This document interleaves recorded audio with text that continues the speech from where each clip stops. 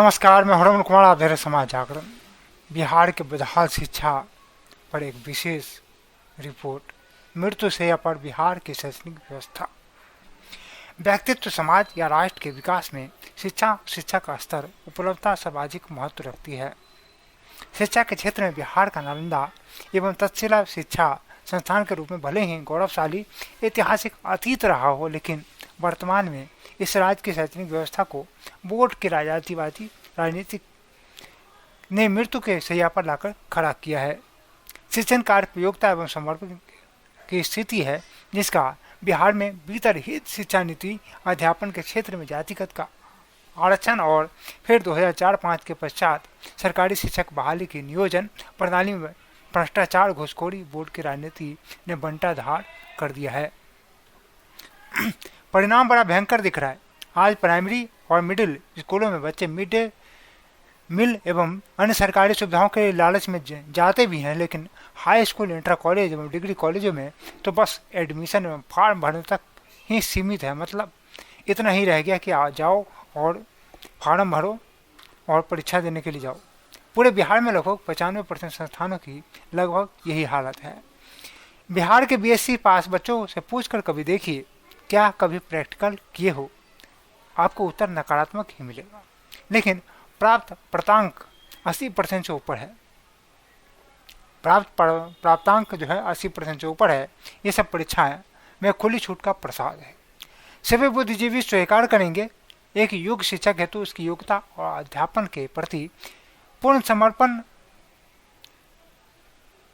आवश्यक होता है। लेकिन जब शिक्षक के पास उचित योग्यता न हो और यदि योग्य हो भी और स्वयं और अपने परिवार की आर्थिक आवश्यकता को पूर्ति में तनाव की स्थिति में रहता हो, तो ऐसी स्थितियों में आप वैसे शिक्षकों से क्या अपेक्षा करेंगे? भीतर इस शिक्षा नीति के तहत बिहार में सैकड़ों की संख्या में हाई स्कूल, इंटर कॉलेज और डिग्री कॉलेज खोले गए।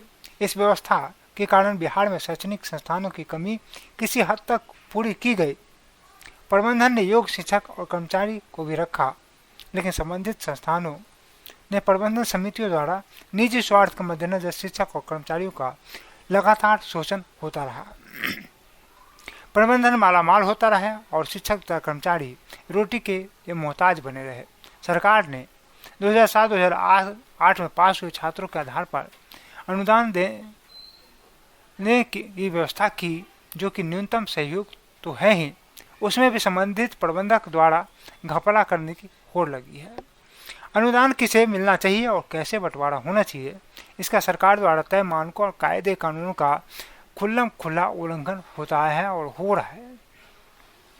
जैसे इंटर काउंसिल और डिग्री कॉलेजों के लिए सरकार के निर्देश अनुसार 2007-08 के बाद नियुक्त शिक्षक या शिक्षकेतर कर्मचारी अनुदान लेने की योग्यता नहीं रखते हैं, लेकिन बाद में नियुक्त प्रबंधन से जुड़े लोगों के चहेतों को अनुदान की राशि का भुगतान किया जाता है। यही स्थिति भीतर ही सभी संस्थाओं का है, चाहे हाई स्कूल हो या डिग्री कॉलेज। सरकार की कोई एजेंसियां इस पर ध्यान नहीं देती, क्योंकि बोर्ड की राजनीति है। अगर इस पर ध्यान देने लगे तो अगले आने वाले चुनाव में सरकार को अपने चुनावी नुकसान का जायजा या अनुमान लगने लगता है। इसलिए कोई भी सरकारी एजेंसियां इस तरफ ध्यान नहीं देती है। आइए नियोजन प्रणाली की भी एक चर्चा कर लें। नियोजन प्रणाली के तहत पंचायत प्रखंड में जिला स्तर पर शिक्षकों का चयन किया गया। चयन करने का अधिकार संबंधित प्रमुखों को दिया गया, जिसमें अंकों को मेरिट का आधार बनाया गया। नियुक्ति के क्रम में नकली प्रमाण पत्रों और घुसखोरी चरम पर रही। अगर ईमानदारी से गहन छानबीन हो तो 80-90% गलत नियुक्तियां हुई है, जो अब साबित करना भी असंभव है। कहीं संभव नहीं है, क्योंकि नियुक्तियों का रोस्टर ही गायब कर दिया गया है। और सरकार जब प्रमाण पत्र अपलोड करने के लिए को बोली तो नकली की जगह कम प्राप्त अंकों वाला असली प्रमाण पत्र लोड कर दिया गया। कहा गया कि इसी मेरिट पर चयन किया गया है। तत्कालीन नियोजित शिक्षकों में बहुतों ने को चपरासी का भी ज्ञान नहीं है। ऐसे में धन्य है सरकारी नीति जो इनको बहाल किया है। हाँ, जब से टीईटी उत्तीर्ण शिक्षकों की बहाली हुई है, निश्चय ही योग्य शिक्षक बिहार को मिले हैं, लेकिन यहाँ फिर आर्थिक शोषण की सरकारी प्रवृत्ति योग्यता को बाधित करने लगी है। बिहार में योग्य शिक्षकों को दिया जाने वाला वेतन और अन्य इनके आर्थिक भविष्य की सुरक्षा की स्थिति हमें सैकड़ों वर्ष पहले की जमींदारी बंधुआ मजदूरी की ऐतिहासिक स्थिति का परिचय दिलाती है। जैसे हाल में टीईटी पास शिक्षकों की बहाली, उनका वेतन लगभग 20,000। उसी तरह हाल ही में स्टेट पास हुए 3500 यानी कि 3,523 शिक्षकों में से 2,258 शिक्षकों ने ही योगदान किया, क्योंकि उनका वेतन 8,000 प्रति माह है। अब आप सोचिए, जिनके कंधों पर हम अपने समाज का राष्ट्र को योग्य एवं स्वस्थ नागरिक पैदा करने की सबसे महत्वपूर्ण जिम्मेदारी सौंपे हैं, वे ऐसी मजदूरी में क्या किराया देंगे, क्या खाएंगे और क्या अपने परिवार का उचित पालन पोषण कर पाएंगे।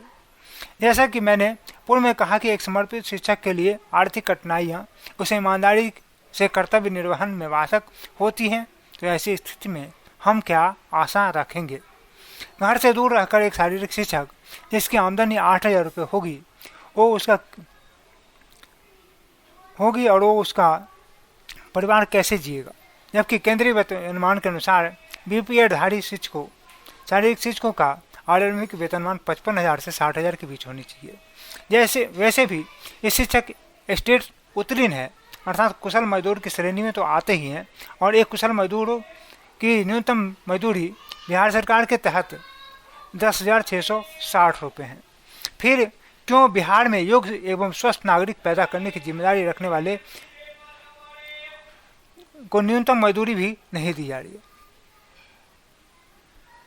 ये कैसा न्याय है, अब आप ही कहिए, क्या अपेक्षा किया जाए, जबकि एक एमएलए और मंत्री लाखों का वेतन भत्ता के साथ साथ आजीवन 3-4 पेंशन लेने का अधिकारी हैं। धन्य है बिहार सरकार और उसकी नीति। मान लीजिए सरकार कहती है कि कोई दूसरा धंधा भी कर ले तो दिन का प्रथम 4 घंटा स्कूल में देना होता है, तो वो उसके बाद कौन सी मजदूरी एक शारीरिक शिक्षक को मिलेगा। सरकार न हो तो उनका नामांकन नरेगा में रजिस्ट्रेशन ही करवा दे, ताकि उनको वहाँ पे 4 घंटे का जॉब मिल जाए। बिहार सरकार की ऐसी बंधुआ मजदूर बहाल करने की ही नीति का परिणाम है कि पूरे बिहार में स्कूलों में और कॉलेजों में क्लास करने वाले छात्राओं की संख्या नगण्य होती चली है। बच्चे कोचिंग जाते हैं, लेकिन सरकारी स्कूल और कॉलेजों में सिर्फ नामांकन और परीक्षा फॉर्म भरने के लिए जाते हैं, और इसी का काम इतने बड़े बड़े संस्थान आ रहे हैं। कहते हैं कि देखो, बिहारी अपनी प्रतिभा का लोहा पूरे देश में साबित करता है। ठीक है, साबित करता है, लेकिन उसमें से कितने बिहार का प्रोडक्ट है और कितने बिहार के स्कूल से निकलते हैं। आज वही बच्चियाँ सफल हो रहे हैं जो बिहार के मूल निवासी तो है, लेकिन शिक्षा दीक्षा बिहार के बाहर किए हैं या बाहर कर रहे हैं। असल में बिहार का राजनीतिक परिवेश ऐसा बन चुका है कि कोई पार्टी शिक्षा एवं शिक्षकों का भला चाहती ही नहीं है, क्योंकि बिहार में सत्ता का मापदंड जातिवाद और राजनीतिक पार्टियां शैक्षणिक विकास चाहेगी भी नहीं, क्योंकि यदि बिहारवासी शिक्षित हो जाए तो योग्यता के आधार पर एमपी एमएलए का चुनाव करने लगेंगे। भ्रष्टाचारियों को मौका नहीं मिलेगा, जबकि वर्तमान में चारा घोटाले का आरोपी का बेटा बिहार का उप मुख्यमंत्री है। जनता मूर्ख बनी रहे, यही बिहार की राजनीति है, चाहे नीतीश कुमार हो या लालू यादव हो या कोई और राजनीतिक दल हो। और भारत सरकार से मेरा एक विशेष अनुरोध है कि बिहार का शैक्षणिक व्यवस्था पर ध्यान दें, दानवी घेरे मुक्त करें। प्रोफेसर राजेंद्र पाठक की कलम से।